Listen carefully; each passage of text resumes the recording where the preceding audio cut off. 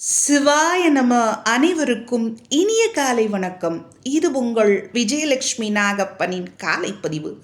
திருவருளும் குருவருளும் துணை நிற்க தெய்வ செக்கிழார் பெருமான் அருளிய பெரிய புராணம் என்னும் சிறப்பினை உடைய திருத்தொண்டர் புராணத்தினை நாம் சிந்தித்துக் கொண்டிருக்கிறோம்.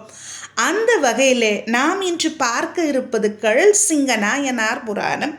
அதிலே முதல் திருப்பாடலை இன்று இறைவன் திருவருள் குருவருளால் சிந்திக்க இருக்கிறேன்.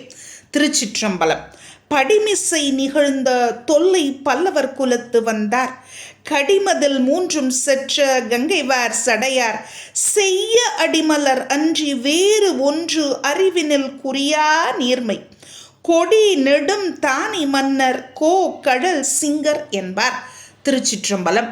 இந்த திருப்பாடலை மிக அற்புதமாக அன்வயப்படுத்தி ஆங்காங்கே கொண்டு கூட்டி பொருள் கண்டால் செம்மையாக விளங்கும் என்ற முறையிலே நாம் பார்க்க இருக்கிறோம். முதலில் இரண்டாவது அடியினை பார்ப்போம்.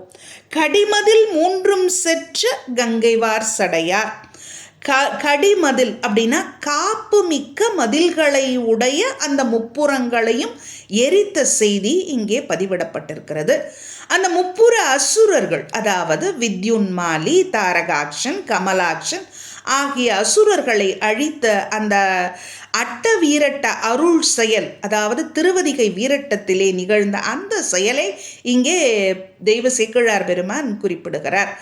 கங்கைவார் சடையார், அந்த கங்கையினை தன்னுடைய சடாமுடியிலே, அந்த சடாமுடி எப்படி இருக்கான், வார் சடை, நீண்ட சடை, அப்படிப்பட்ட சடையினை உடைய சிவபெருமானின் அடிமலரன்றி வேறு ஒன்று அறிவினில் குறியா நீர்மை, சிவபெருமானின் அந்த செவ்விய திருவடிகளையே அல்லாது வேறு ஒன்றையுமே தம்முடைய அறிவினில் குறிக்கோளாக கொள்ளாத நீர்மைனா தன்மைங்க, அப்படிப்பட்ட தன்மையினை உடையவர்.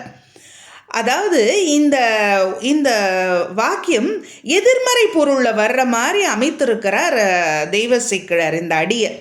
ஏன்னா எதிர்மறை பொருளில் சொல்வதன் மூலம் சிவபெருமானின் திருவடி மேல் அவர் கொண்டிருந்த பற்று இங்கு உறுதிப்படுத்தப்படுகிறது.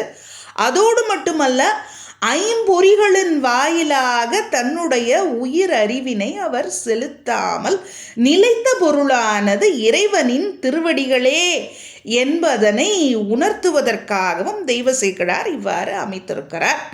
அடுத்த அடி, கொடி நெடும் தானை மன்னர் கோக்கடல் சிங்கர் என்பார்.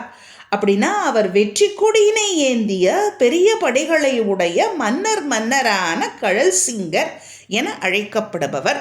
இப்ப இறுதியா முதலடிக்கு வந்துவிட வேண்டும். படிமிசை நிகழ்ந்த தொல்லை பல்லவர் குலத்து வந்தார். படி என்ற சொல்லுக்கு என்ன பொருள்னா உலகம்ங்க.